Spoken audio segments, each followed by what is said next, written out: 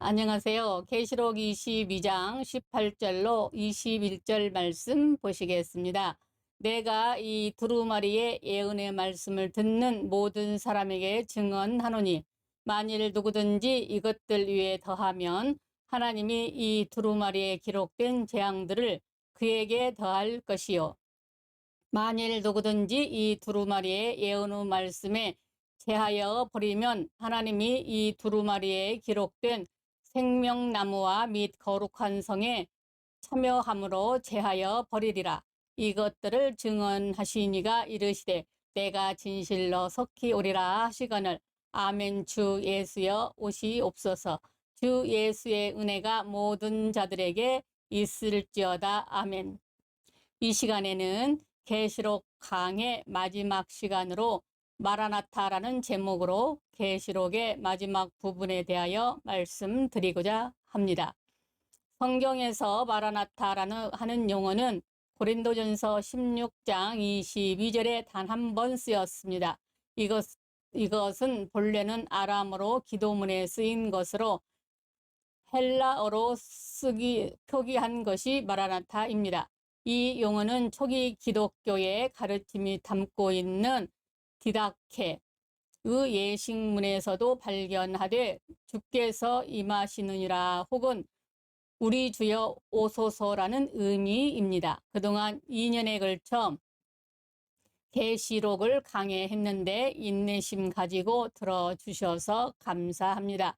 저도 계시록을 땅끝까지 알리기 위해 이대로 방치해서는 안 되겠다는 사명감과 보고책이라는 그것 하나 믿고 여기까지 왔습니다. 그러나 계시록을 아는 것도 좋지만 행하지 않으면 소용이 없습니다. 그러므로 자나깨나 아버지의 사랑과 그리스도 예수의 복음 안에서 충만한 은혜 생활을 하시기를 바랍니다. 오늘 읽은 본문은 이미 앞에서 여러 차례 설명했기에 잘 아는 말씀이지만 다시 한번 정리하는 마음으로 본 강해를 시작하고자 합니다. 먼저 계시록 자체에 대한 두 가지 경고가 나옵니다. 첫째, 예언의 말씀에 무엇을 더하지 말라. 18절 내가 이 두루마리에 예언의 말씀을 듣는 모든 사람에게 증언하노니 만일 누구든지 이것들을 위에 더하면 하나님이 이 두루마리에 기록된 재앙들을 그에게 더하실 것이요. 이 예언의 말씀에 어떤 것을 더하지 말라는 이유가 나옵니다. 만약 더하면 이 두루마리 책에 그 기록된 재앙을 그에게 더하시기 때문입니다. 우리는 이 말씀에서 계시록에 대한 태도에 따라 그 재앙이 우리에게 다가올 수도 있고 다가오지 않을 수도 있다는 힌트를 얻습니다. 만약 계시록을 보거나 들으면서 복의 책으로 느껴지지 않고 견딜 수 없는 두려운 심판으로만 느껴진다면 그는 이미 그 재앙을 받고 있다고 할 수도 있습니다. 그것은 바로 자기 생각을 더했기 때문에 나타나는 현상입니다. 계시록의 해석이 그래서 중요합니다. 즉 계시록은 그 근거를 모두 성경에 두고 있기 때문에 성경의 도우심을 받아 성경으로 성경을 해석하고 신약으로 구약을 해석하면서 접근해야지 단지 표현된 내용으로만 해석한다면 해석이 되지 않을 뿐 아니라 애매모호해서 자기 추측을 추가하지 않고는 해석할 수 없어 말씀에 더하는 죄가 됩니다. 그 결과 계시록에서 복음을 발견하지 못하고 피로써 용서를 누리는 진리를 알지 못해 사탄의 정죄 가운데 헤매거나 예수님의 십자가 공로로 죄에서 자유함을 알지 못해 율법의 진노 아래 그 심령이 당하는 고통은 한이 없을 것입니다. 나아가 충만한 성령의 은혜를 누리지 않아 그 영혼이 당하는 실망과 고통은 영원할 것입니다. 더구나 계시록을 이용하기 위해 곡해하는 이단들의 말에 솔깃하여 받아들인다면 그것을 멸망을 향해 치닫는 것과 같습니다. 착한 생각이든 악한 생각이든 어떤 경우에도 자기 생각이나 무엇을 더하면 그 결과는 아주 달라지고 맙니다. 두 번째, 이 예언의 말씀에서 하나라도 빼지 말라는 것입니다. 19절, 만일 누구든지 이 두루마리의 예언의 말씀에서 제하여 버리면 하나님이 이 두루마리에 기록된 생명나무와 및 거룩한 성에 참여함을 제하여 버리리라. 이 말씀에서 우리에게 어떤 귀한 힌트를 줍니다. 그것은 계시록의 말씀은 믿는 자로 하여금 생명나무와 및 거룩한 성에 참여하게 하는 진리라는 힌트입니다. 즉 계시록은 우리로 하여금 하나님의 은혜의 자리에 참여하게 하는 복음의 말씀입니다. 그리고 예언의 말씀에서 제할 때 그 은혜에 참여하지 못한다는 것은 단지 제유했기 때문에 주시는 징벌이라기보다 제유했기 때문에 복음의 진리를 알지 못해 그 은혜에 참여할 수 없게 됨으로 발생하는 그 결과를 말씀한 것입니다. 그러므로 계시록을 바로 해석하려면 어느 한마디도 가감하지 말고 전체를 두고 봐야 의도하시는 진리의 형체가 나옵니다. 한마디로 계시록의 해석의 힌트를 주시고 계십니다. 그러니까 어느 한 부분도 추측으로 더하거나 빼지 말고 그대로 놓고 해석해보라는 주문입니다. 2차 대전 말렵에 중국의 한 사진사가 시골길을 걸으면서 예수님께 기도하기를 예수님의 모습을 한 번이라도 실제로 본다면 제가 예수님을 믿겠습니다. 이런 기도를 했답니다. 그때 사진 기사의 마음속에 사진을 찍어라. 이런 음성이 들리는 듯하여 무심히 앞을 향해 사진을 찍었습니다. 때는 겨울이었고 사진의 배경이 된 밭에는 눈이 녹고 있었는데 사진을 현상해 본 사진사는 깜짝 놀랐습니다. 그 사진에는 자비하신 예수님의 형상이 있었기 때문입니다. 그 사진은 눈이 녹듯이 얼룩한 흰 부분과 역시 얼룩한 검은 부분으로 되어 있습니다. 처음 보는 경우 잘 보이지 않습니다. 그러나 일단 보이면 그렇게 인자하고 정교한 예수님의 모습이 아닐 수 없습니다. 이 예를 드는 것은 그 얼룩한 부분 중 일부라도 지워버린다면 예수님의 형상이 나타날 수 있겠느냐는 것입니다. 이 희고 검은 얼룩이 모두 함께 할 때 비로소 예수님의 얼굴이 나타나듯 계시록도 한 부분도 가감하지 말고 전체를 봐야 어떤 진리를 설명한 것이라는 정답이 나옵니다. 왜냐하면 계시록은 대부분 비유와 상징으로 그린 복음의 그림이기 때문에 하나라도 가감하거나 무시하면 그 결론에 도달할 수 없기 때문입니다. 예를 들면 99가지가 어떤 것에 대한 이야기여도 한 가지가 많다면 그것이 아닙니다. 그걸 속담의 사족이라고 하죠. 뱀을 그리면서 다리를 붙여놓는 격입니다.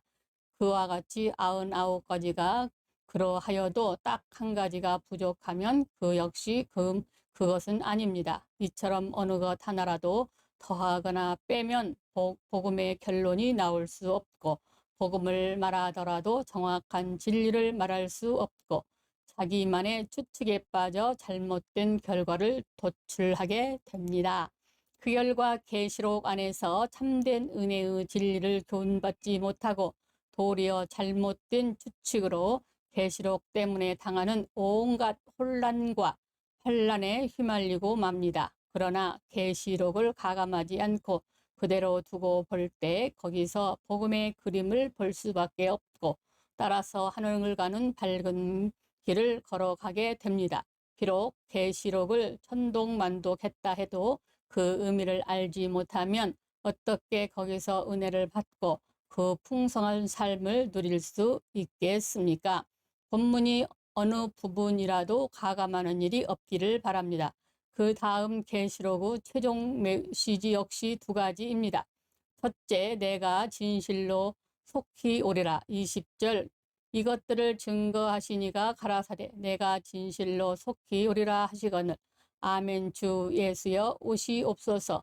본서에서 예수님께서는 7절과 12절에 이어 본문 20절에서 세 번째로 재림을 약속하십니다.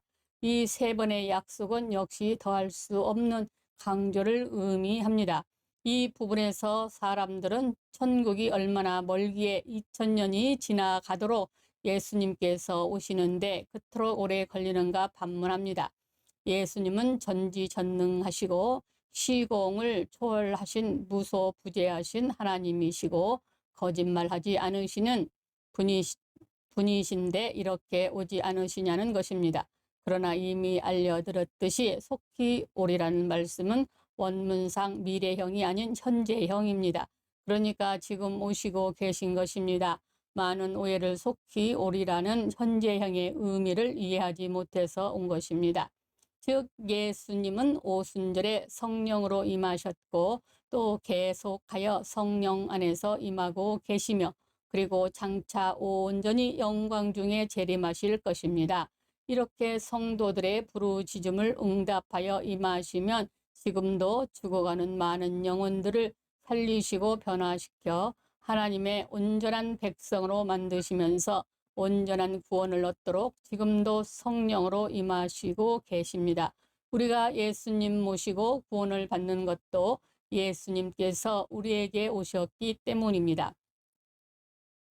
그리고 더 충만하게 임하셔서 우리의 삶이 더 변화될 뿐 아니라 세상을 변화시킬 귀한 사명자들이 되기를 원하고 계십니다.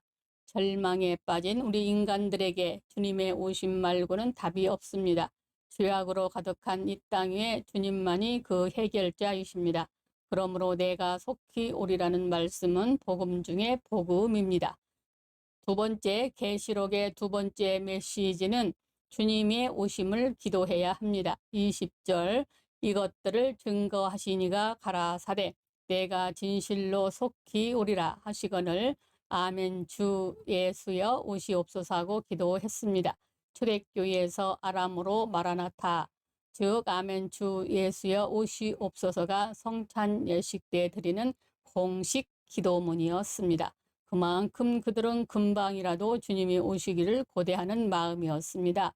이렇듯 주님이 재림하시면 이 땅에서 겪고 핍박도 고통도 끝나고 악도 멸망하고 성도들의 새하늘과 새 땅 안에 개설된 영원한 복락과 영생을 누리게 될 것이기 때문입니다.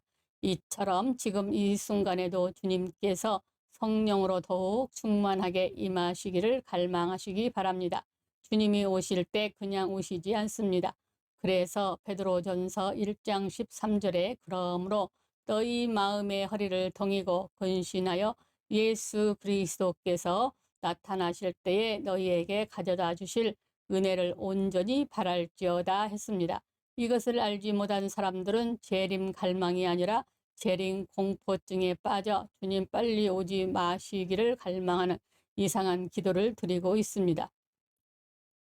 죄 가운데 방황합니까? 소망과 기쁨이 없습니까?